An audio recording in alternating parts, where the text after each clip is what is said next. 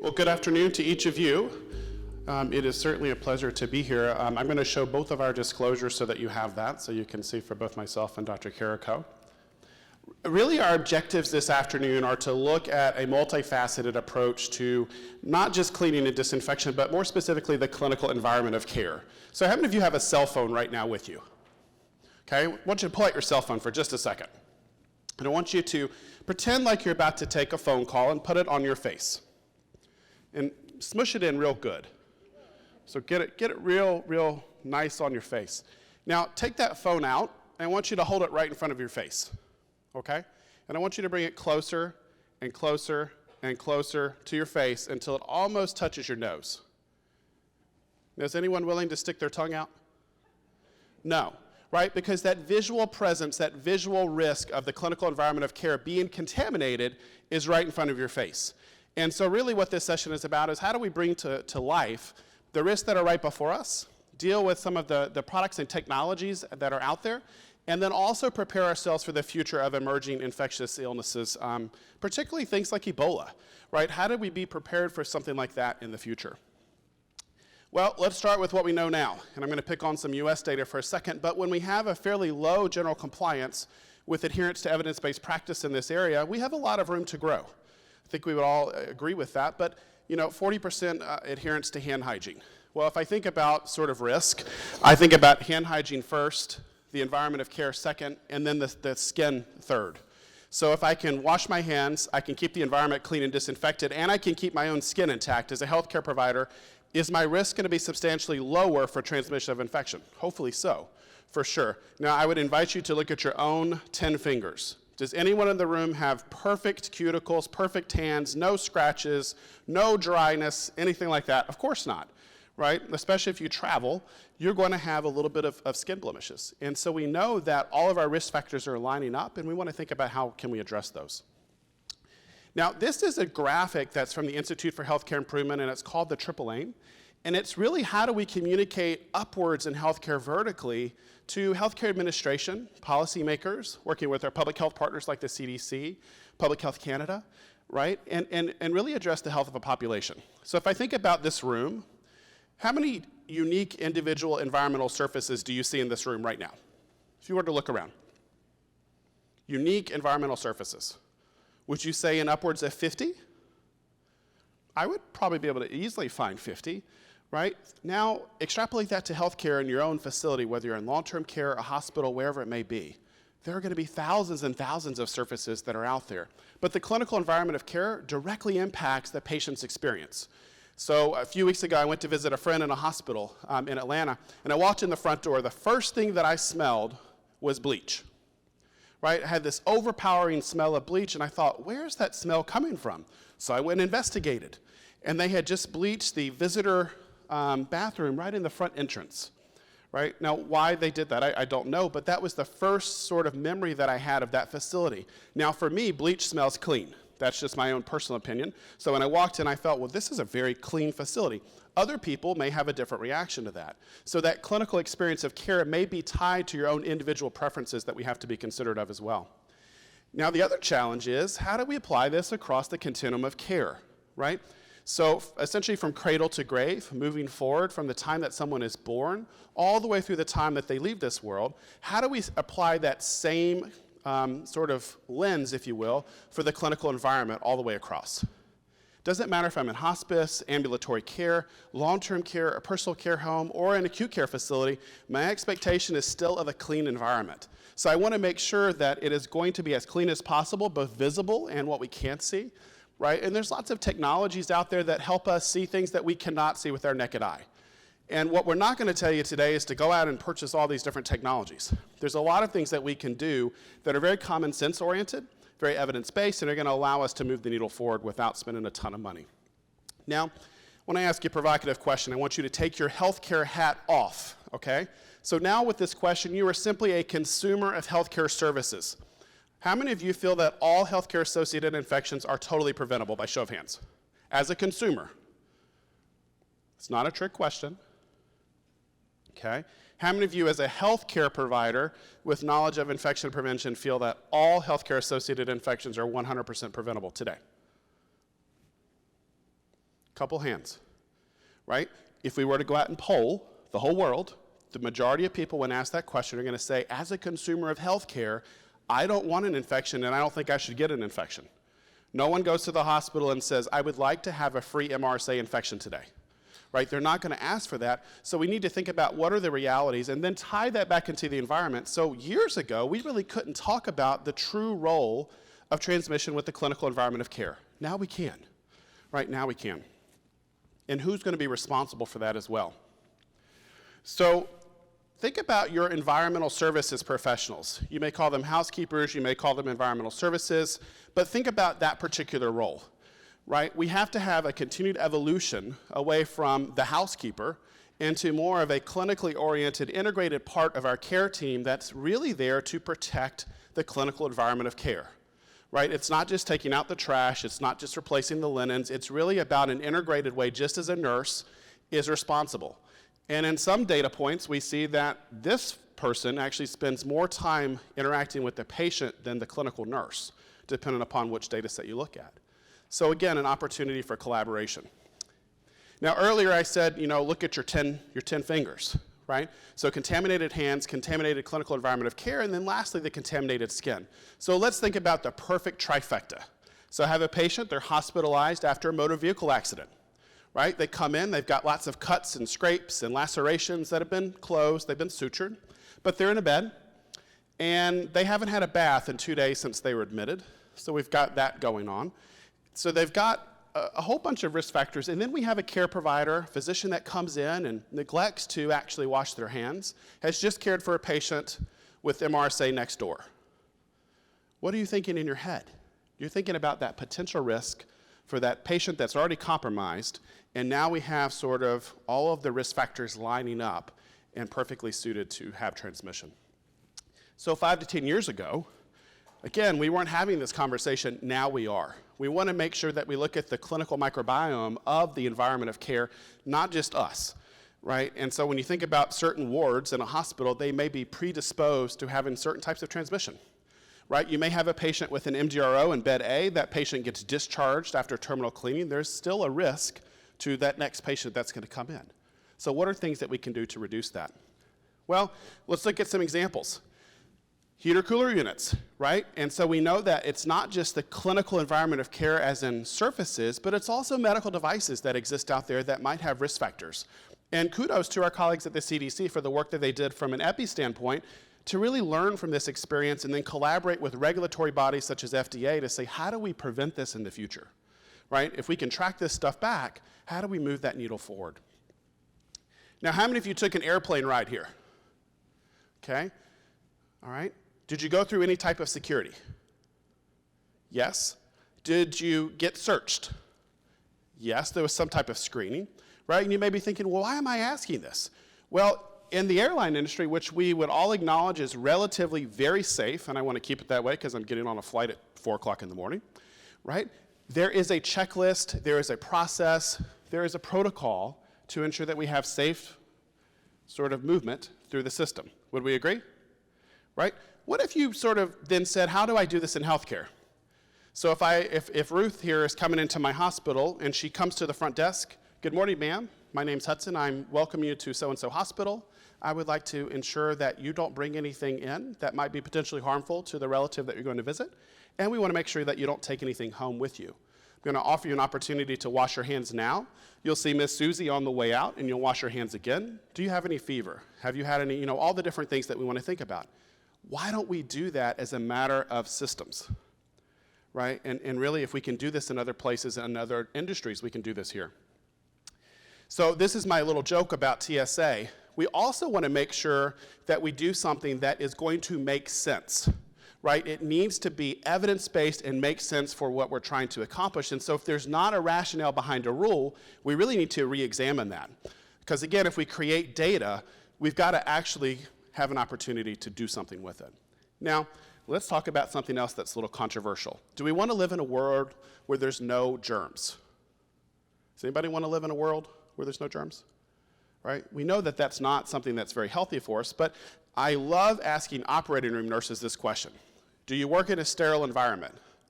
Almost always I get the answer yes. Is your whole room sterile? And then it starts to digress a little bit, right? And so what we're really trying to do is prevent pathogenic transmission of things that are gonna hurt the patient, but also maintain the natural good stuff in the environment, particularly on our own skin. And so that's a careful balancing act that we've got to think about with antibiotics and antimicrobials. So I want to show you an example. 62-year-old male, right, in the ICU with sepsis, 42-day length of stay. So, we're talking about a fairly long time. Ventilator, central lines, antibiotics, 52 unique environmental surfaces. Does that surprise you? Let me make it a little bit more real for you.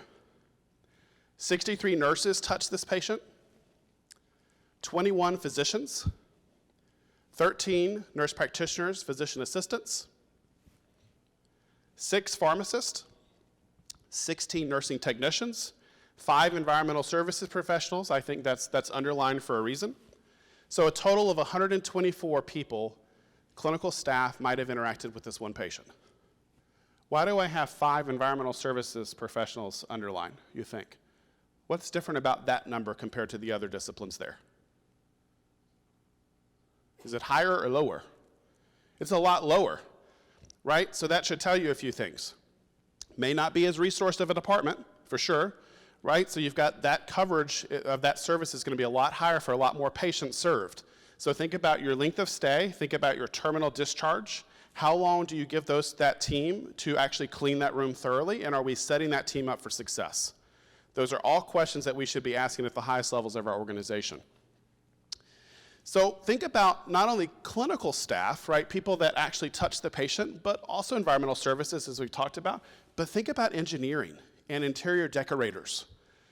I recently was in a hospital, this was actually in Mexico, and it was in a gastrointestinal department. And I looked down and they had these beautiful chairs. And normally when you see something that's that beautiful in healthcare, you think there's probably something more to this story, and sure enough, there was. And I went closer to the chair, and it was cloth. It was this beautiful cloth, like something you would buy in your home. And I went up to the nursing manager, and I said, so let me just ask a question. So we're in the gastrointestinal department. What do you treat here? And of course, I knew the answer. And she said, so-and-so, C. diff, all these other things. And I said, so let's go to your waiting room. We went to the waiting room, and I said, tell me about these beautiful chairs you have. And she said, well, the interior decorator selected these. Right, and you know where I'm going. And I said, well, how do you clean these the first time you have an incident? And she said, well, as a matter of fact, we just had this happen last week. And I'm afraid to tell you what they did. They got an iron, and they steamed the chair, right, from home. And so, again, we've designed our system to fail automatically by not realizing the infection control risk associated with the pieces of furniture, so we need to collaborate more carefully with these people. And then lastly, but certainly not least, is the patient's family. How do we be a better advocate, a better communicator to our patient's family so that we can help them understand what we are doing as a team to prevent risk? How do we actually ensure that they are looking for risk themselves? So if they see a provider that comes in and goes to touch the IV bag, doesn't wash their hands, then goes touches something else, maybe they make a spill, they don't wipe that surface up, we need to empower the patients and their families to actually stop that procedure as well. So survivability is always a hot topic, right? When you tell staff that things can live on surfaces for long periods of time, I always really am a big advocate of what I call the stretcher test, right? So you go down to the emergency department, if you're in a hospital, and you say, go get me a stretcher that's used all the time. And then you flip it on its side, and then you look underneath. And what are you going to find almost all the time? Dried what? Typically dried blood. You're going to find some type of dried fluid. There's going to be something there, right? So then apply that to our survivability. Are we really setting ourselves up for success by not looking at all the right places? Think about how we're going to touch surfaces. I use blood pressure cuffs as a perfect example. In many places, we've gone to single-use blood pressure cuffs, one per patient. But where do we store those blood pressure cuffs between use? We wrap them around the patient's bed rail. Is that the cleanest area for that blood pressure cuff? Of course not. So while we have good intentions at reducing risk for transmission, we have now actually increased that potential by doing that. We also have seen issues with things like pharmacies, right, that we're doing compounding work. where we've had, fungal transmission, we've had obviously gross contamination in the environment, and so it's not just something that's within the four walls of an acute care environment or even long-term care, but it's also places that are off-site that we have to be aware of, and so these are also risk factors for us too. And this is one of my favorite pictures that I continue to use even though it's old, with looking at the opportunity for improvement here, right? I don't ever see this as a problem, but I see this as an opportunity to say, if we have these known sources, and we have all these surfaces in a room, 10 years ago we had tons of supplies in an ICU room, and now we don't do that as much. We try to keep things out so that we can not contaminate them, but look at this environment, use it as an opportunity. Now, how many of you are using something like ATP or some type of environmental monitoring technology, right? It has utility for certain purposes, and it gives us an idea of overall process management, but I also want to ask the question, if I go tell environmental services that effective July 1st, I'm going to use ATP as an example, or I'm going to use some type of UV tool, what's the question they want to know? Where am I going to apply it? Right? And so if I tell them these 10 surfaces I'm going to apply it, what's going to be true about those 10 surfaces? They're going to be really clean, right? But the other surfaces may not be, so we need to think carefully through our experiment and ensure that we're actually doing what's going to work and rotate those sites. So think about your average day. You get up in the morning. How many of you start your day with a to-do list? I had one this morning. I've gotten 2 things off of it out of 12, right? So I'm not doing well with this particular graphic, which is I want to be more proactive and less reactive in the equation. How do I get up and actually assess the risk for contamination, look at where the organisms are coming from, and stop the organism from ever interacting with the patient? Maybe that's through not prescribing an antimicrobial when it's not indicated and not even causing that risk of C. difficile as an infection, versus spending all of our time on the right side looking at laboratory diagnostics, trying to stop transmission, all those things that are way behind the 8 ball that we can move forward. So when we think about the clinical environment, there's a little bit of a prioritization that has to take place. Right? The first thing is, does it work? Are we actually being efficacious? Are we getting the expectations that we're trying to achieve? The second is safety. So I'll give you an example. So let's just say hypothetically that there's something in the exhibit hall and it's made of gold, 24 karat gold, right? And the vendor tells you that this particular product will disinfect and kill everything for a year. Nothing will grow for a year. Did I just get your attention? How many of you are going to be interested in learning more about it? Right? Most people will, and certainly if I go tell hospital administration or I go tell environmental services leadership, they're going to want to know more. But I forgot to tell you something.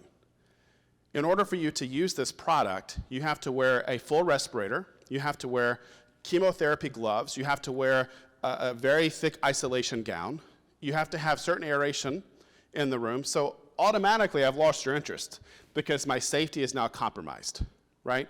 And then lastly is compatibility, both with equipment and people. So if I use that gold product, and let's say it is efficacious and it is safe, but if it tears my equipment up, then I'm going to have a general risk because I'm going to create another problem by introducing that into the equation. So we can move away from the prevention of the transmission and actually focus more on the prevention of the pathogen in the first place. Now let's switch gears for a second and talk about colonized versus infected. How many of you in the room think you're colonized with something? Right? I think most of us would say that. I don't want to go around and culture all healthcare workers because the story would be something like this. 100% of experienced healthcare providers are colonized with deadly superbug, right? And as we know with the news media, there would be that loss of translation of really what does that message even mean? And so looking at risk of colonization versus transmission of infection is something that we continue to do. I see a lot of people talking about nasal decolonization as an example, right? And while there's some benefits there, how do we look at medical devices, healthcare personnel? How do we have a good risk management program that addresses the complexities of healthcare delivery? If you go ask somebody in biomedical engineering, how many pieces of equipment do you have? The answer is usually pretty alarming with the numbers that are out there. And so how do we better partner with those people? How do we introduce them into the risk management process so that when we're bringing these devices into the building in the first place, we're asking the right questions? How can it be cleaned? Who's going to clean it? How often should it be cleaned? What should we use to clean it? All of these things have to be answered in order to move the ball forward. And then dealing with your unique pathogens. Now, I'm less reactive to different pathogens and more about that general risk management scheme, because I know that I'm going to have novel viruses out there. I know that I'm going to have new bacteria. I might have things like Ebola. You know, I remember when Ebola first hit, the number one question being asked was, what should I use? What should I use? And if you think about it, no one in a laboratory setting that tests disinfectants, as an example, is going to say, oh, yes, please, let me go test Ebola virus, because of the risk associated with that. And so great partnerships with public health agencies, regulatory bodies, and clinical organizations coming together and looking at the science of the transmission and understanding that we could use a certain category that is effective against a certain type of viruses that would be efficacious. And so that's an example of how we move forward. Now, there's a couple different things that we can think about related to equipment, right? So you've got Spalding classification, which continues to evolve, and there's some big pushes for continued evolution, but think at the very top. You're still processing technicians, people that are up there with the semi-critical. How much are we paying this particular discipline? Are they highly paid or are they less paid? Right? They're not. They're not treated with the level of respect in many institutions as they should be, but they have one of the most complex roles within healthcare. So thinking about them, you know, I always think about them as the pharmacist of equipment, right? They have to know all the different mixtures, all the reprocessing instructions, how long it takes, all the manufacturer's IFUs, and so that's a complex task that really requires a great attention to detail. Then as we go down to some of your general things where you have environmental services and nursing, right, in that whole intermediate level category, who does what? So right now, if you think about your own practice, what does environmental services clean in your facilities? What pieces of equipment? They do what? Okay, so they do low-level disinfectant. So the way my brain thinks about it, if it's something that's connected to the patient, have nursing clean it. This is just my own opinion, right? And if it's something that's not connected to the patient, then it's fair game for environmental services to clean it. I don't want environmental services cleaning the ventilator for obvious reasons, right? I don't want to hear the bad sound when the patient is not breathing. So IV pumps, things like that, make sure that you've got a good delineation between your two clinical staff members so that we can do that. And then don't forget about food service, right? We certainly want to feed all of our patients, but we want it to be done in a safe fashion. So then think about that difference between cleaning and disinfection, right? Now, I use the example of my house. Does everybody clean their house or have somebody clean their house? Yes. But what areas in your home do you disinfect? It's probably two at least. The kitchen and what else? And the bathroom. I won't go into details, it's after lunch, but I think you get my hint, right? We want to make sure that we've got clear delineation and that we can know the difference between the two. And then lastly is adding on top of that an environmental monitoring program. How do we really look at measuring effectiveness? And again, it doesn't take complex problems, or products, should I say. It really takes a comprehensive approach to risk management and looking at what we've got in our facilities. So a couple claims that I would like you to think about, right? Broad spectrum gram-negative, gram-positive organisms, your viruses, both enveloped and non-enveloped, multi-drug resistant pathogens, right? Your pathogenic fungal organisms, bloodborne pathogens, of course, and then look at how does that framework apply to emergent pathogens. We're not going to see Ebola and other things like that on labeling. That's just not a reality that we're going to face, but we can know how those things are transmitted, what class of organisms they are, and in many cases very effectively inactivate those, as evidenced by this. So if you look at the very bottom, most susceptible Ebola virus is right there on the right. So while it's a really scary thing, we know that we've got a very good pathway to take care of it as it relates to the clinical environment of care. Now, certain organisms like Ebola are going to produce copious amounts of secretions. So we've also got to measure that within our environmental services partner. So it's not just a nursing conversation, but it's also an environmental services conversation. And then we got to think about things like waste disposal, right? So as we look back up, going up to the top with more resistant, our bacterial spores fall in there. So what about antimicrobials? We've talked a lot as a field about antibiotic stewardship, but we really don't talk strategically in many cases about antimicrobial stewardship. So when we're using a chemical to kill a bug, then we need to think carefully about how do we follow all that manufacturer's IFUs, how do we ensure that we get that minimum inhibitory concentration, the contact time is followed, that we're going to use it according to the directions so that we don't create these pathways for potential resistance. Totally different mechanisms, but something that we should think about. Now, one resource that I wanted to share with you is this video called Partnering to Heal. If you've not seen this, it is probably one of the best resources that I have ever seen out there. I still watch it to this day just to remind me of why we do this work. But it was produced by the Department of Health and Human Services. It's free. You can actually just Google it, and it'll come right up. But it's a video training program that looks at basically the whole life of an infection. It looks at it from the patient's family standpoint, the physician, the nurse, the infection preventionist. And I have to tell you, it is a really, really powerful tool to bring to life the work that you do. It's great for general orientation for staff, and it also comes with a free speaker's guide in case you're interested in that. We talked a little bit about antimicrobial stewardship. So again, looking at how do we take the lessons learned from antibiotics and make sure that we really reduce that risk. And again, totally different mechanisms of action, but I want to make sure that I'm not inappropriately diluting something, as an example, that I'm not playing homemade chemist and making my own chemicals that might have some type of adverse effect. Those are all things that we want to consider as well. So Ruth is going to talk a little bit about some of the living, breathing pieces of the environment, but I wanted to share with you sort of how my brain thinks about core versus adjunctive technologies, right? So on the left, you see basic things like cleaning and disinfection and process monitoring, process validation, right? And then training and retraining. Now you notice that there's training and retraining because we realize that our competency is going to change over time, especially as things change. And so I'm always going to retrain if I introduce something new, whether it's a new product, a new process, whether I have new personnel, and at least annually, so that we can protect our staff. And then on the right are some of those clinical innovations that we see. And one of the things that I think we all need to be thankful for is that we have good industry partners that listen and are saying, what are the clinical problems of concern so that they can help you solve them? But then we need to responsibly deploy them, right? And so maybe there's an incident where you have repeated transmission, you have an ongoing outbreak, you can't stop it. Maybe that's an example for UV light. Maybe there are some conversations to be had about fogging as an example, right? But what I'm a little concerned with is that sometimes we see things that are focused on maybe not the best use of our resources. And I'll give you an example, cubicle curtains, right? We talk a lot about, things like that. Is that really where I want to spend my dollars up front? If I don't have a good handle on core practices, probably not. So I'm going to really focus my efforts on core measures first, and then move my way over to the right side as needed so that I can do that. And so then moving further, how do I build a high reliability system? Well, if staff know that I'm watching, that's one step. If I have good leadership support where I'm rounding all the time, that's another step.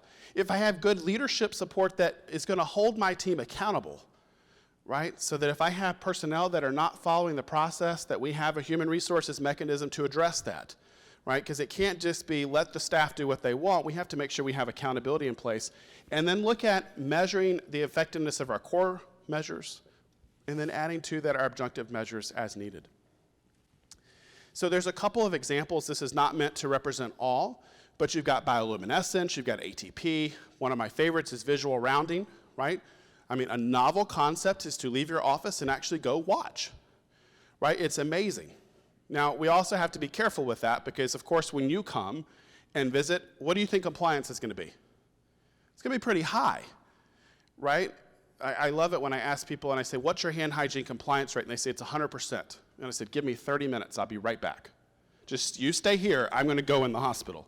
And you come back with a different number, right? So use all available resources, use your partners in crime, if you will, that can allow you to help monitor that. And then look at how are you going to address new emergent technologies.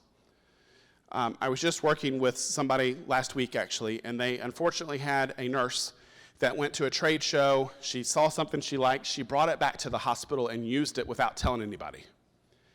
And unfortunately, that device was used in a patient. The patient had an adverse event. No one in the facility knew that this thing was in there. And so as you can think, there was a very big risk management cascade that took place. And so we want to have a process in place to evaluate this, work with all of our partners. So if I'm thinking about something that's a disinfectant, environmental services, biomedical engineering, certainly want to work with our nursing colleagues, infectious disease, the laboratory potentially, right? So think about all of those things. And then how will we measure compliance associated with that?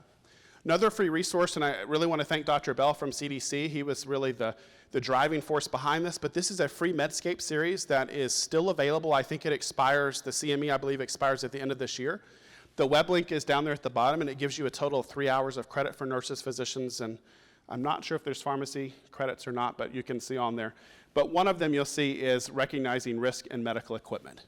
Wonderful thing to use for staff training. Has videos, has handouts, has slides, and has a quiz.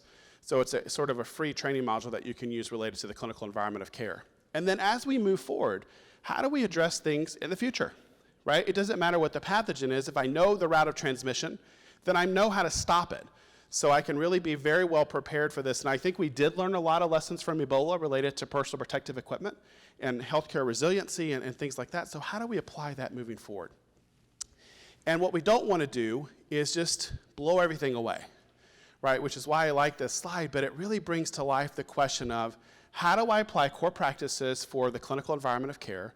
How do I make sure that I have good confidence in what we're doing today? And then how do I look at other tools and technologies that might be necessary when I have ongoing threats like outbreaks, or I have a particular pathogen of concern, or I have a patient of concern. Maybe it's, you have an oncology patient with a long history of HAIs. There might be some conversations that will take place there. So, and then this is my just little joke about cubicle curtains, right, as they're going to stop everything. And with that, I'm going to turn it over to Dr. Carric because we really have an opportunity to collaborate and communicate more effectively. We have an opportunity to engage other clinical stakeholders like environmental services. We have an opportunity to bring them into the fold of clinical care, but also build a framework that will help prepare us for looking at the clinical environment of care challenges of the future. So Ruth, I'll turn it over to you. Sure, thank you, thank you. So I like having the opportunity to have an overview about some of the challenges that we currently have in healthcare. I remember 44 years ago, when I took my first step out to take care of a patient, the role of the clinical environment in infection prevention and control was relatively unknown. The idea at that time was, let's have a clean floor because that means a clean healthcare facility. If our floor is nice and shiny, that means everything else is great. We had very few chemicals that we would use. We had a very limited knowledge about how to select and how to use, and we had no idea about the use of products to apply or processes to apply these chemicals to make a difference in the clinical care arena. So we've had tremendous strides forward in how we view our healthcare facility and what our responsibility is with infection prevention and control. We've also had a chance to learn from other industries to determine how do we need to look at how we train not only staff, but how do we train every personnel coming into a healthcare facility to enable everyone to do what we think is the right thing and have a process to disable the wrong thing from occurring. So I want you to think about those of you that have ever been on a cruise. How many of you have been on a cruise? How many of you have been on a cruise more than once? Yay, that's a good thing, right? That means at least I feel safe. All right, so I think about the first cruise that I went on was maybe 10 years ago, and I remember getting on to the ship, and I would see signs in the bathroom that would say, please make sure to wash your hands, and that was pretty much it. Then maybe 5 years or 3 or 4 years later, something happened. And that is when I went into the dining area, there was someone standing there who would have a spray bottle, and they began to help me clean my hands. So we went from a reminder to a process facilitator, or someone that was going to help us get that done. And I think in between, there was a stage in between there where we would have then a sign that would remind you to clean your hands as you went into the dining area. So this progressive idea of promoting a practice that was associated with a positive outcome. But it wasn't until there was someone that was actually helping to make sure that it happened. And over time, it was almost an optional thing. Here, let me spray your hands, to make sure you spray your hands before I let you go in. So we've had that progressive then intervention where we have learned how to adapt and how to change our environment in order to work with people so that the actions that we want to happen actually happen. And this has really created a process for us to rethink within our own healthcare facilities, how do we interact and how do we relate to not only the people that are in our healthcare environment, but relate to the patients, and also what is the relationship with the environment of care itself. So that's made us rethink then when we consider antibiotic stewardship. We're thinking about providing the patient with the right drug, the right dose, the right route, the right time, for the right duration. But at the same time, we are reconsidering the role of antimicrobials in the environment themselves. And that our environmental services personnel are now our prescribers of the antiseptic that is used in the environment. And we are holding them responsible for selecting the right agent, applying it correctly, administering it correctly, giving the right dose of that antiseptic to the environment, so diluting it correctly. Making sure that the antiseptic is administered for the right duration, so that means the dwell time or the contact time, and that it is administered to the right patient or the right environment. So that means that we are now thinking of the environment as our new patient, and that we are considering the clinical environment of care as a living organism with multiple components that interact and are interdependent and interrelated. Each specific area of the clinical environment has a unique component, but they are related to other areas and other components. So the counter in the patient environment, the sink, is related to the other components of that environment. And we are now beginning to see the environment as one of our patients. This is oftentimes very difficult to study, and it's difficult to improve or kind of take up the slack if one aspect of the environment is not well cared for. We can't physically see that. We can't physically see that there is a problem. And so it is oftentimes difficult for us to account for lapses or gaps in appropriate care of this new patient. Instead, we have to rely on processes that are reproducible and consistent and reliable, and those things that can occur despite other actions that may be present in a facility. So we have to be able to rely on a system of care for our patient that occurs despite activities or other types of barriers or challenges. And so a successful approach, I think, to the clinical environment of care requires that we rethink and we relook at what is our patient. And now improving our environment of care is much like an outbreak, that when we are looking at what works and what is going to bring new approaches, we have to think about what is the truth. What are new truths that we are going to bring to the environment of care? And in doing so, we need to understand what in that decision may be a confounder.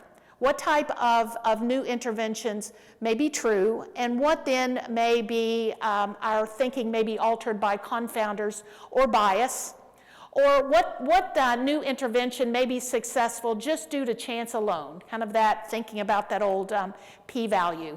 So we're looking at the same activities and the same approaches to the environment that we do when we are looking at any type of patient outcome and trying to determine what are realities and what are truths that will help us make a difference. So I want to go through and use some examples, and I want us to think now about the building in which we provide care, whether that is a hospital, a clinic, a long-term care facility, any building where we are providing care for a patient. And I want us to think now about that building itself being our patient. And I want us to think about our patient parts now. So what is the respiratory system of our patient? What is the respiratory system of the building? Right, it's the HVAC system, right? It's what is moving the air around the facility.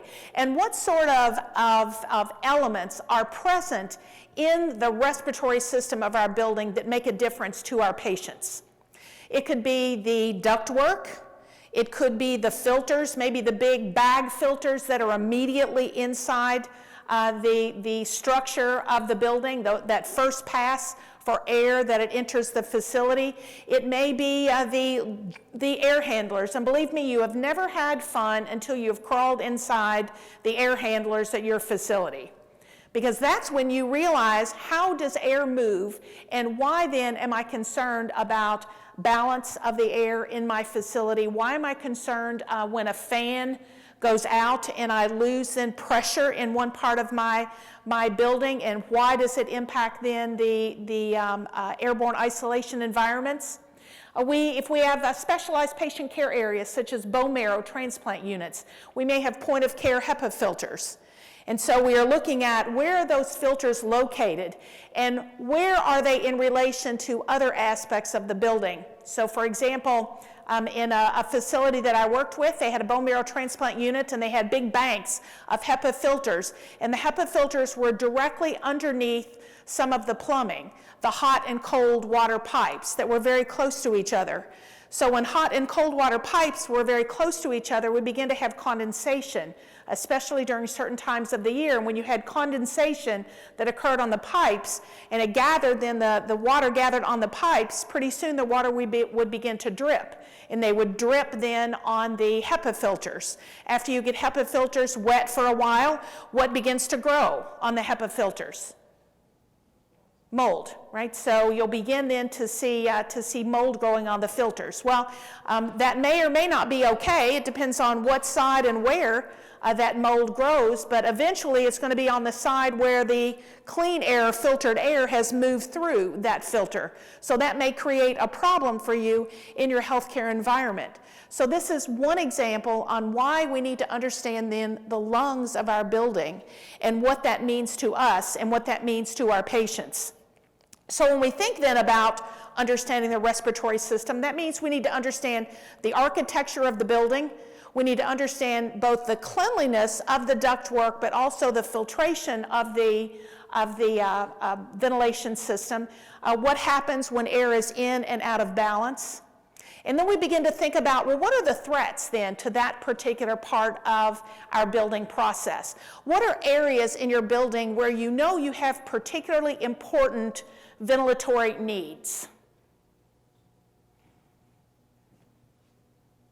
Where do you think your building is most susceptible with respect to ventilation? Areas where you have immunocompromised patients, right? What about waiting areas? So how many of us have reviewed then what the requirements are, what the recommendations are, what the standards are for airflow in waiting areas? Should we have issues where we may have an individual that is coming into your emergency department with a transmissible illness? We're all hearing about measles now.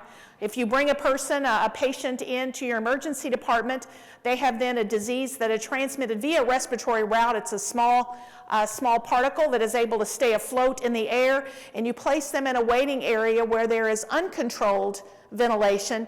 Does that pose a risk to the rest of your patients? So should that be an environmental concern for you with respect to the care of your building patient? Well, certainly it is. Hudson brought up then the point about what happens when you have equipment that does exactly what it's supposed to do. The heater-cooler device, it did exactly what it was supposed to do. It was supposed to be able and be reliable when the patient then was on bypass. That part worked perfectly. Unfortunately, it had some other flaws that were not part of the original design. So what is our process then? How agile are we when we identify then problems with our equipment, and are we able then to address the environment of care while still providing safe care for the patient? So when we have a problem with a heater-cooler unit and you've got a patient that needs cardiovascular surgery, it's difficult to perform that surgery without that particular device, correct? So our problem then is, how then do we need to adjust the environment to make sure it is safe for the patient while they are able to get the care that they need with the devices that we have available? So again, understanding our healthcare environment, understanding that patient is important if we are to care for our physical or our human patient. All right, so when we think about then some innovations, what type of innovation do we currently have with respect to the ventilation system in our patient lungs? Well, we have certain types of filters that can be placed in certain portions of our environment. We have point-of-care filters that can be put in the ventilation system right at the point of that patient room. We have the ability to add and utilize UV radiation in some of these filtration systems so that we can address then any microbes that are in or around that filtration area. We also have physical plant capabilities where we can adjust and make sure that our plumbing is correctly separated from our ventilation system so the two then don't impact each other. We're also seeing new, the innovative equipment such as air scrubbers that we can put in our operative environment then that will be able to passively look at and move the air while filtering and then also applying UV light so that we can then ensure that we have a cleaner approach to air for our patients and the environment. We're also then looking at how do we make sure that the environment of care is safe for the healthcare workers. So again, in the operative environment, when we have our operating room staff that are exposed to surgical plume, the smoke that is produced then during surgical procedures, then we need to make sure that somehow we have an innovative approach to ensuring that it is safe for them to provide care as part of their care responsibilities. What other innovations can you think of that are present with respect to ventilation systems?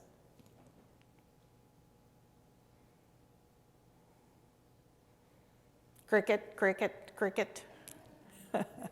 I think this is really a call to action for industry to look at what some of our issues and some of our needs are and demonstrates the importance of this collaborative relationship between those of us that are providing care, those of us that are looking at infection prevention and control and our patient outcomes, those of us that understand the clinical environment of care, and those that are our industry partners. Our relationships have to be very solid. We have to have this sharing process of saying, these are some of the issues I have, these are the needs, these are the concerns, because when you go back to your individual hospital or your facility, it probably won't be long before a room that used to be an office is now going to be a procedure room, or it now may even be a room where we admit patients. Our buildings are having to flex to meet the needs of our patient population. When that happens, we need to have the ability to assess the physical environment, the ventilation, the lungs of our environment, to make sure that it's going to be safe not only for our patients and our caregivers. So I don't know about you, but when I went to nursing school 40 some odd years ago, I didn't think that I would need to be an engineer. I didn't think that I would need to have that level of understanding. I didn't ever think that I would need to understand plumbing. I thought that I would just understand patient care. But now we realize that there is no clear separation any longer between the activities that occur in a building and the care responsibilities that we have.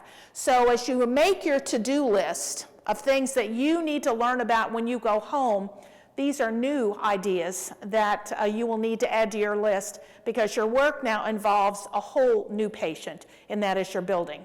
All right, let's look at the circulation then of our facility. So we think of water as being the blood of our facility.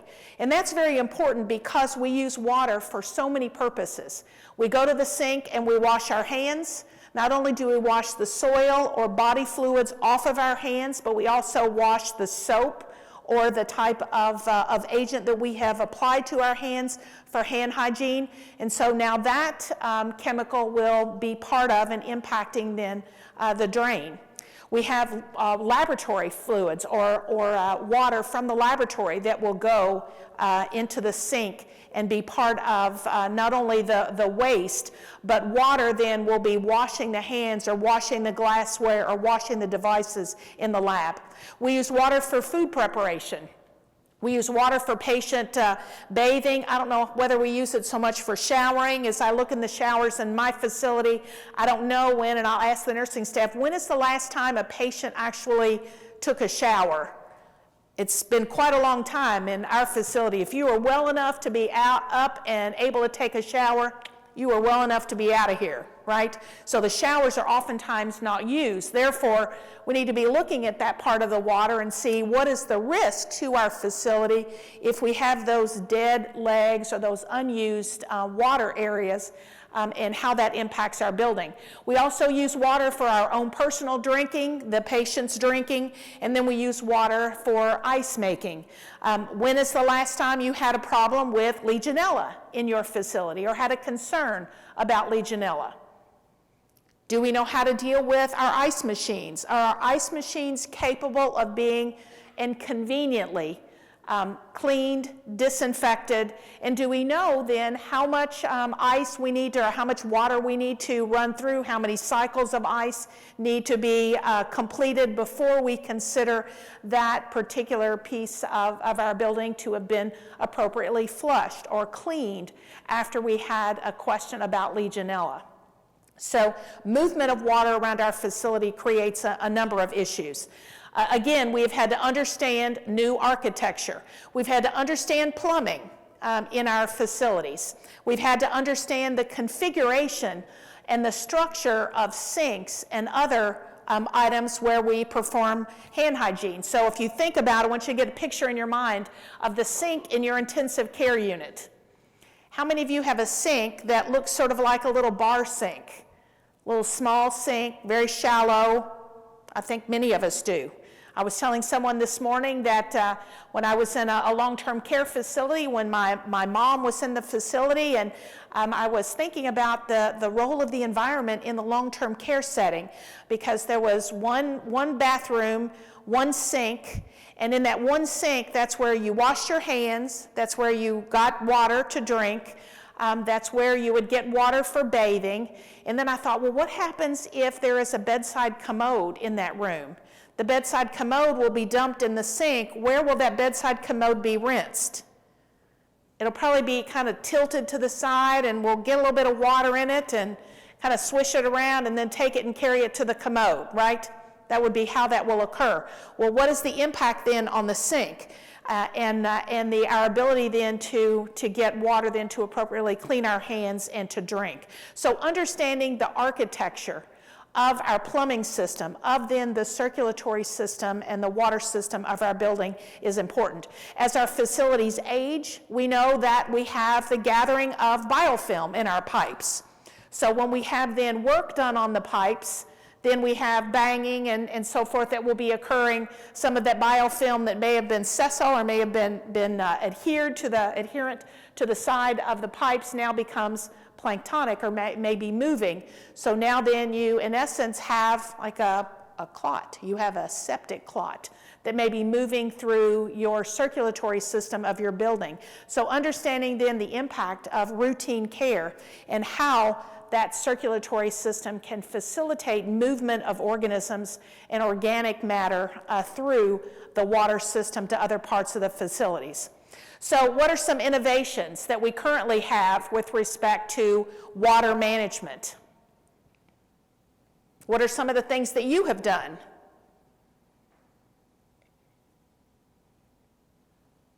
Do you have a water management plan that's broader than just a Legionella plan? If you don't, that'll be something to put on your to-do list, to think about, well, how do I protect? How do I recognize if I have a problem? What do I do if I identify Legionella in my water? What is my approach? Do I superheat? Do I chlorinate? Do I do a combination? Do I have another addition? Do I have filtration in my system? What is it that I will do? Also recognizing when I have low areas of water use. How do I approach this to ensure that the circulatory or the water system in my facility is correct? How many of you have water walls or decorative water fountains in your hospital? How many of you wish you didn't? So I've always wondered if we have a device that requires more care than a patient, then we've got a problem, right? If I'm spending more time on the water fountain than I am on the patient, that's a concern. Well, what are some innovations? Maybe that's somebody, if you're like my facility, somebody donated money, so we have to now have a fountain in the middle of the cancer center. So what do we do then to make sure that our patients, our physical patients, are not harmed by our patient that is the clinical environment of care? We have to then have new approaches to how we manage that water. Again, we may have systems that not only filter water, but that also provide additional water treatment, again, heating, chlorination, other types of devices. We may have UV light that is following that water. We may have to have special stops so we can remove biofilm from the fountain. So the care then of that portion of our building patient is required so that we can provide a safe place for our patient to receive care. All right, the intestines of our facilities. That is the toilets, the sinks as the water runs down, the laboratory sinks as the water runs into our wastewater, water from pathology, and then sometimes our water from food services. So looking at what we are applying to the drain, and then what that means to our drains. What does that mean then if we have biofilm collecting at the point where water goes down the sink? That's the sink where we are washing our hands when we have splashback. And how do we approach biofilm? What do we do about that? A magic wand? Now, what is the appropriate treatment for biofilm? It's like removal, right? There really isn't much of a treatment, and that becomes quite difficult for us. So we are looking at a number of approaches with, again, understanding the architecture and the aging part of our system, and then what is our capacity? What is our capacity to deal with this, and then what does this mean with innovation? Unfortunately, there are very few innovations that we see now. With this type of wastewater, we are seeing some changes in the actual plumbing, maybe some replacement. You may have seen, I think, a product where you can actually replace a portion of the drain, that this is what is going to be collecting biofilm and be very close then to the sink, that we can then replace that portion of the drain. I don't know how feasible that is. I don't know if any of you have done that, where every week you put a new little loop in your pipe. I think that would be very expensive, but you may have a problem in your facility with very aging plumbing, that this is one of the only approaches that you can consider to be part of your armamentarium. We're also, though, looking at new aspects like sink design. I think there was one, I saw one in the exhibit hall, a nice large sink that is configured so that water moves in a circular manner instead of straight on a flat bottom to splash back up on hands. So we will see then the need to work with our interior designers to identify then new configurations of some of these critical devices in our patient, in our building, that will help then make sure that we have safe ways to perform hand hygiene. We're also looking at increased monitoring of what is actually going down the drain. That many of us now have our water companies that are wanting to have more involvement in what is actually being rinsed down drains, both from looking at it from a chemical perspective, but also from a water quality perspective. All right, but what about the skin of your facility? The skin of your facility is very different, just like the skin of many of us that are part of a healthcare environment. And we are looking now at, and this is probably the area where we have the most attention and where we are seeing the most innovation. And this includes the types of surfaces, looking at how we address any type of interruption in services. So it may be cracks or tears or seams in our services, whether it's floors or walls or furniture. We're also looking at the location of surfaces and the relationship then to patients or critical steps in the patient care process. We're looking at the types of contact between surfaces and chemicals? How do we engage then a more robust contact between some of the chemicals or devices that can help us address then the surfaces? So again, we have to now understand what is involved in surface components. We have to be attuned to hard surfaces and soft surfaces, porous surfaces or non-porous surfaces. We have to be involved in sharing information about what is happening in the bathrooms of our patients. If we have wooden counters that have swollen over time, then we know these surfaces have gotten continuously wet, and they're probably not the right type of surface in our facility. We are looking then at appearance, that we are looking at patient satisfaction, and can a patient be satisfied in a building that looks like a hospital, or does the building still need to look like a hotel? Can we provide then care for a patient in that type of environment?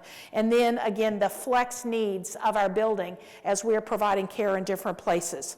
We're looking at the conflicts many times that exist between the manufacturer instructions and our ability to use those instructions to clean and disinfect our surfaces. We're looking also at surface biofilms, and then our emergence and re-emergence of multi-drug resistant organisms that have the ability to grow and thrive on surfaces while at the same time share information so that they are then able to communicate with each other and then transmit information about resistance. We're also concerned about resistance and some of the germicides that we have. What are we seeing in vitro and in a laboratory setting, and how does that translate to what we can consider in the actual patient environment?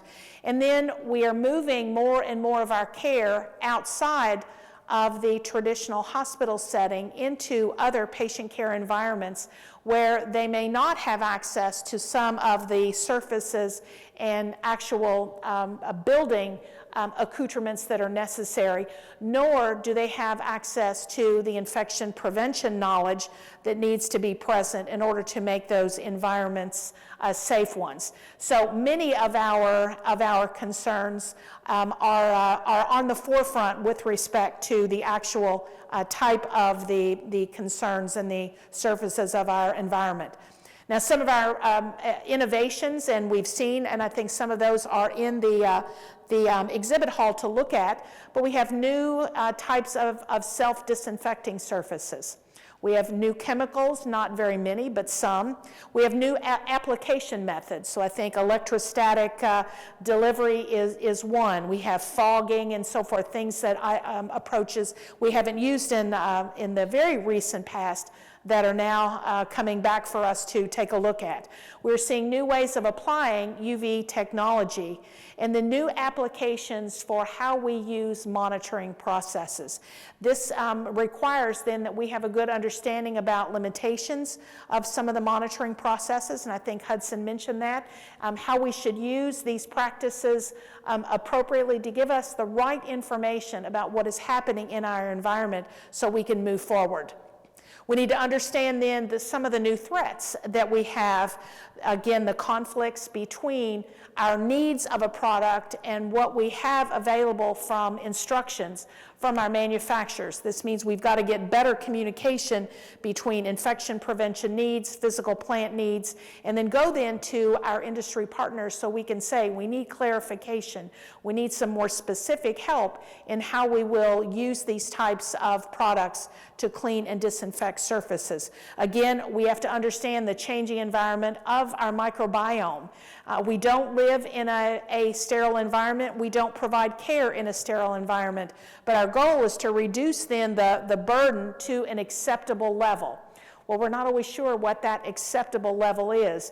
And so determining what should be our approach. How low is low enough with respect to those microorganisms? How do we then apply technology, whether it's core practices or our adjunctive technology, to achieve that level where it's safe to provide care? And then realizing how care moves across our entire continuum.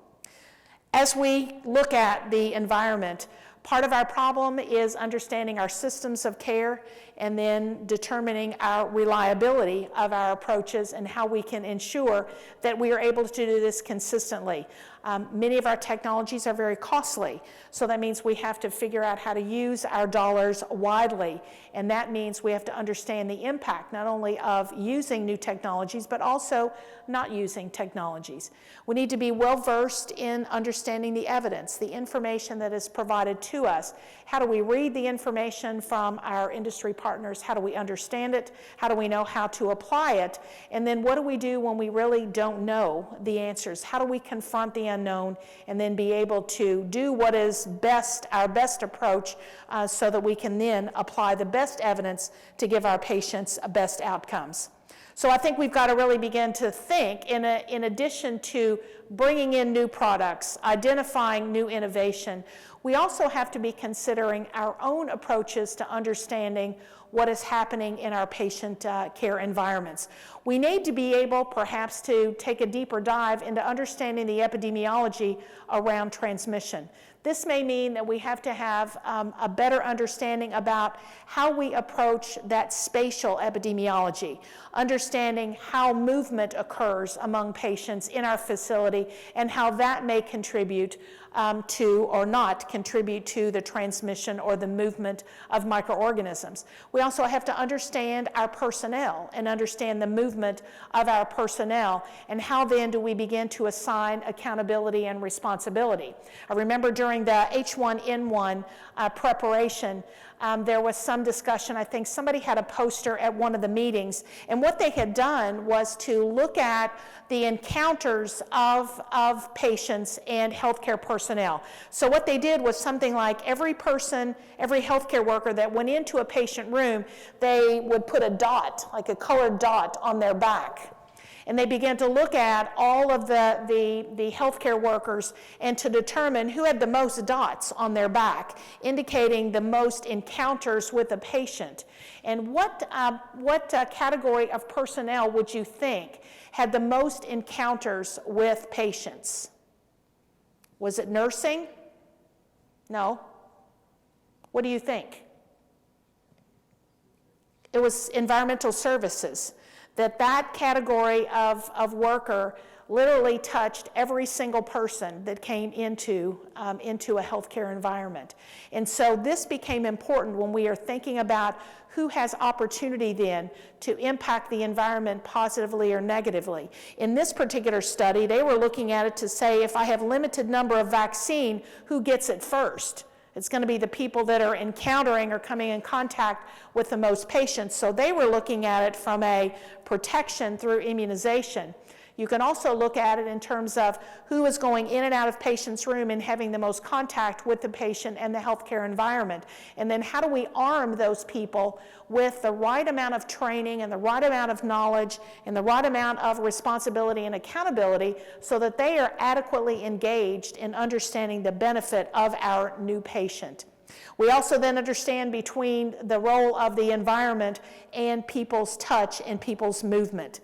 We also need to understand then how, again, microorganisms move around a facility, whether they're on patients, on hands, on equipment, and then how do we make sure that we are monitoring the flow of equipment through our facility if that's a potential vehicle for transmission.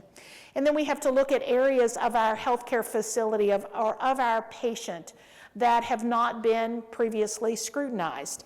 Again, we look at, if we are looking at C. difficile now, where are we identifying a majority of our new cases of C. difficile? Is it in the facility or is it outside the facility in the community? We really begin to recognize that as an issue in the community. So that means we are going to have patients then that are entering then the healthcare facility, probably through the emergency department, with a microorganism that we know has a significant impact on the environment. So how does that knowledge then change our approach to the care of the environment in the emergency department? Do we need to be then looking at specific approaches for that area and then accounting for the needs of the patient as they enter that portal of our building? So I think that means that in order for us to address this, not only are we looking at new approaches and new technologies with respect to the environment itself, it means that we are also at the same time understanding what is happening in our environment and understanding activities such as patient movement and patient placement and staff movement.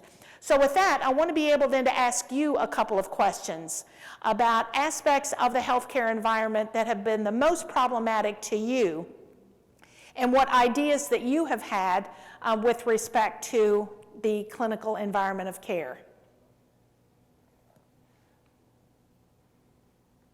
Are you just totally dizzy over it?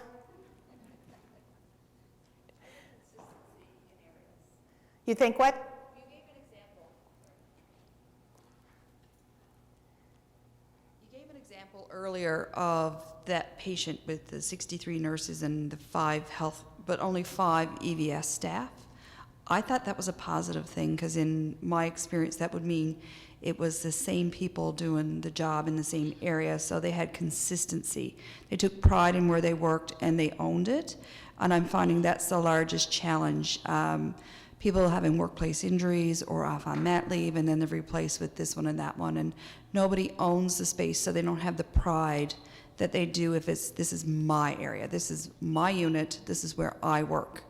And I've noticed in areas where somebody owns the place or the unit, it's a much more effective relationship with IPAC. It's a much more effective relationship with staff. And we always try to make it not have a hierarchy of who's more important in an environment, but everybody tends to have a feeling that EVS is down here, like MDR is down here, but we try to raise the bar and say, no, you're not, you're equivalent. So we recently had Hand Hygiene Day, and we had a promotional event, and the unit that won got a pizza or a lunch on us. And they were placing the order, and I noticed the EVS staff there, and I said, well, where's your order? And the staff looked at me and said, what do you mean? I said, does she work here? Yeah. Is she here today? Yes. Where's her order? And so it just made a little bit of a difference, I think, trying to, we're all in this together. We're here to do the same thing, provide clean, safe care for our patients and our staff members. So I think that's my biggest challenge, is having that consistency. Yeah, I think your approach is a great one, recognizing that they're part of the team. And I think then one of the issues in realizing the number of nurses we have and how many more nurses or other hands-on caregivers we have with when related to the number of environmental services workers that we have fewer of those to take care of broader areas of the facility. But your point is well taken, in that if we always think that the people who do the work know the work best. And so how do we make sure then that those people that are responsible for care of the environment in a particular area should know that area very well, and then should be able to be accountable to the care that is provided, and then be more expert than someone who may be floating in and floating out. Good point, point well taken, good. Somebody else had a comment?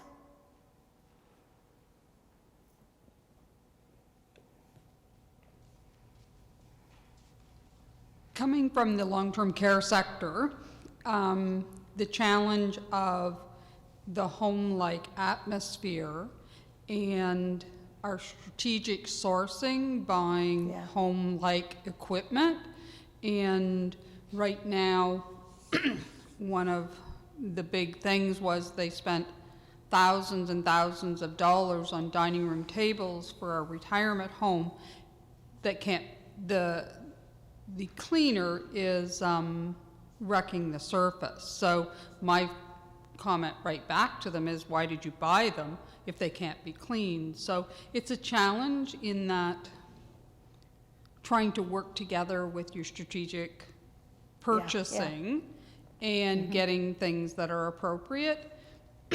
And also understanding the risk, right? The risk is going to be different in long-term care than in a hospital. Absolutely correct, but who all needs to be involved in that decision? That balance between home-like, but we still are a care facility. Right. The big challenge, that's why isolation isn't practiced the same in those facilities. The risk isn't the same, the interactions are not the same, and then what differences? How do we need to demonstrate those differences? Good, yes? Hi, you made my brain work here in another way. I loved how you broke up the building to be a human body, because we can relate to that. And with a nursing background, like you said, who would have ever thought we'd need to know all these things we need to know now as infection control practitioners about buildings? And I know this is a weak area for me. And I think we need to work closer with our maintenance departments and our directors of maintenance, because I'm putting my trust in them, but they don't know our world about infection necessarily. So maybe if we tap into their experience or their knowledge about, say, for instance, the HVAC system, and work with them with our strength on infections and what happens to the patient in the end, then we'll know each other's, what's important in each other's worlds. Because I'll probably never be a full expert on HVAC. I'm learning a lot more, but they won't be experts on hospital or healthcare acquired infections either. So there needs to be a lot more conversation between the two entities. Yeah, and I think, your point is that these are all probably individuals that come and participate in your infection control committee. And we think nobody should ever have a committee where it's just a free lunch. There should be a responsibility for your attendance. And so one approach might be that together you develop what is the environmental, what is the engineering report that will be provided back to infection control. It might be letting us know about some of these systems that engineering is specifically involved in. What have been some of the issues with the HVAC system? What are the processes for changing filters? When are they done? What are the procedures? Do they have a written procedure for doing that? How many plumbing accidents or events have we had? What has been the impact to the building? So that you begin then to build that understanding about everybody's role in caring for the patient that is our building, and what that means then to their responsibilities, not only for their responsibility, but their accountability back to the body, which is the infection control committee, that is responsible for keeping an eye on this. It would be great if you actually knew how many times you had a plumbing leak in the operating room. How many times did water drip on the patient's operative field? Now, don't tell me this only happens in Kentucky. I know it's happened in your place too, right? But these are the types of things where together then we understand the issues that occur in the building and then how we're going to move together to fix them. The innovation in that approach may be something simple as communication, so that we understand the need to share when events like that occur. Great point.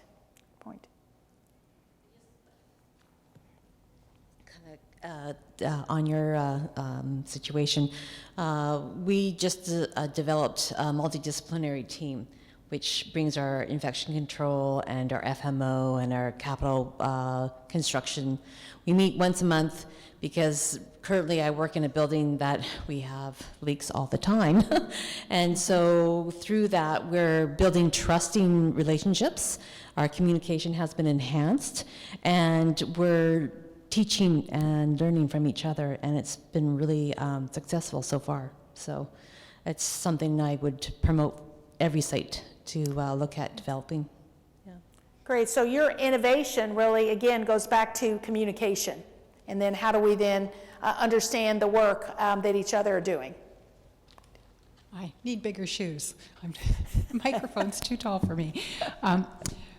I just wanted to throw out a suggestion that maybe you could have a system for kind of a notification. Again, it's a communication around change management. So if there are any physical plant changes that are done facility-wide, that you are in that loop. And to give you an example of that, one of the hospitals that I worked in had very tiny bathrooms in the patients' rooms, and they had bifold doors so that they didn't take up as much space.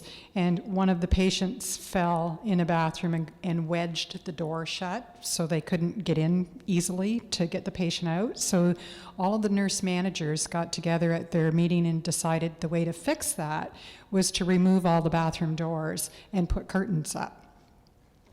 And we knew nothing about this until we had a C. diff outbreak, and in terms of the investigation process that we were taking place, we're going like, what happened to the bathroom doors, you know? And we had all of these curtains that were not being changed and very heavily contaminated in the space. But if we had had that notification in place as a standard protocol of any big changes like that that would be made in the facility would have been very helpful. That's right. I think reminding that we're all doing what we think is the right thing. Sometimes we don't know that there is a negative impact or what that downstream unintended consequence is to an improvement. I remember we had an issue in our ICU, and we didn't realize the building was already 30 years old before we realized that in a negative pressure room, if you're trying to get a chest x-ray machine in, you can't go in the ante room and shut the door behind you and open up the other door to get in. All those doors can't be controlled like they need to be in order to maintain negative pressure. So it may not be a problem if you're thinking, well, you know, that we can afford that few minutes of time of loss of negative pressure, but maybe you have an illness where you can't afford or you don't feel safe in interrupting that negative pressure. How could we have been in a building for 30 years when we didn't know that you couldn't get the chest x-ray machine in the isolation room? You know, it's those kinds of things just happen, and you don't realize it until you begin to get those groups working together to consider the flaws that you have in your environment and how you're going to address those. So yeah, again, I'm sure we know all kinds of weird things happen in Kentucky, but I don't think we're the only ones. All right, other questions? Okay, thank you.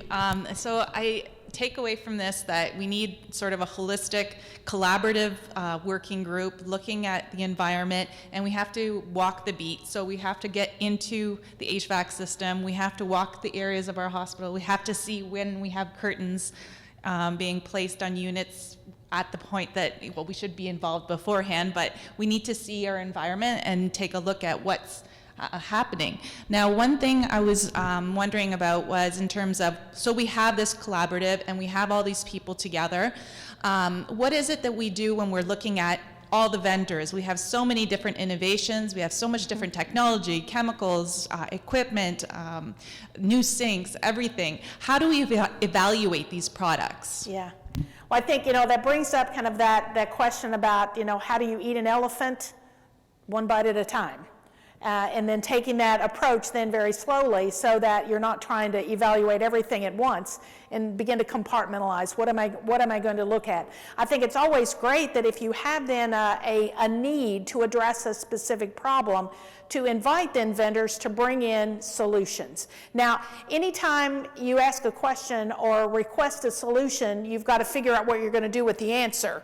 It's just like any type of a question, an intervention that we do. Well, what are we going to do with the result? How are we going to act on that? So getting your information together and then making sure that you understand how to evaluate the information that's been provided to you. Certainly, we want to have trusted relationships. One thing that I've always done, if I have two products that are made by two different vendors, I ask each vendor to tell me the good and the bad thing about the other. So I can try to somehow feel like I get some type of a good picture. That also helps me then understand who is going to be more open with me. I think some approaches are going to be more open than others. I want someone that's going to work with me to help design a process for evaluating a product and not just give me the actions that they feel I might take, but it is still a collaborative type of activity. So some of that is learning about how to ask a question and how to work with a vendor, how to build a trusted relationship, because we all know if you have a relationship and you violate that trust, it takes a long time to get it back. My experience has been, especially recently, that there is a desire on the part of industry to bring us answers to our questions. We may not always be ready for that answer. Maybe we can't afford that answer, and not every answer is going to be a silver bullet or a magic bullet for us. Our job is to do our due diligence in understanding products, understanding the need of our facility, and it takes then a whole new skill set on the part of the infection preventionist to be able to adequately evaluate information. If you've ever read an article and you weren't sure what you read or how to understand the article, that's a signal to you, right, that this is an area where you need to improve. It's the same thing in reading a product monograph. I need to be able to understand the objectives of the study. I need to understand how they got the results. I need to understand, are the results meaningful? I had a vendor that brought a product monograph for me several months ago, and I looked at it, and in discussing this, the key point on that monograph was the organism was dead after 24 hours, and then 14 days later, that organism was still dead. Well, I thought, I may be wrong. I'm only aware of one example of resurrection, and it didn't have to do with the microorganism. And so I was trying to understand what that meant, but this was a source of pride. So when I, try to ask that question, well, what does this mean?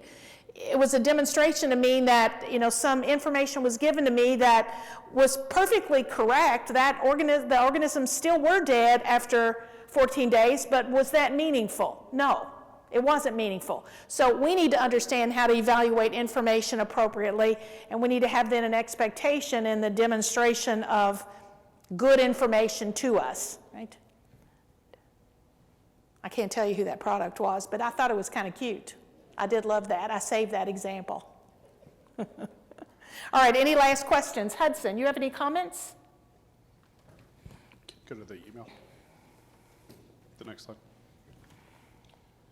So, it's hard to see that, but if you send an email to my email address, I do actually have a product evaluation checklist that's international in scope, and so it walks you through, based on the category that you're evaluating, what questions to ask, what to look for.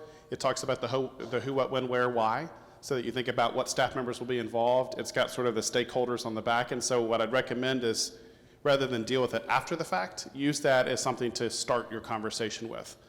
So that as you look at interior designers, biomedical engineers, environmental services, all those groups can use the same checklist.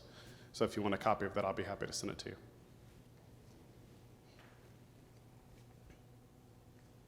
Great. Thank you very much Thank for you your very much. presentation. All A right. wealth Excellent. of information. Very good. Thank you. Thank you. And